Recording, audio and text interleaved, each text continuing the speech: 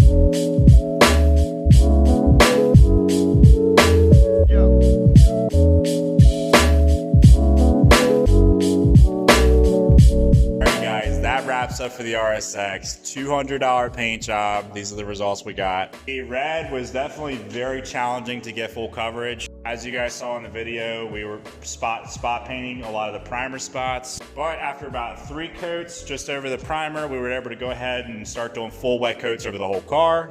Then we did 2 smacking wet coats of the SMR 135 fast activator over the whole entire car, and we got some seriously nice results. No wet sand, no polish. It's right off the gun.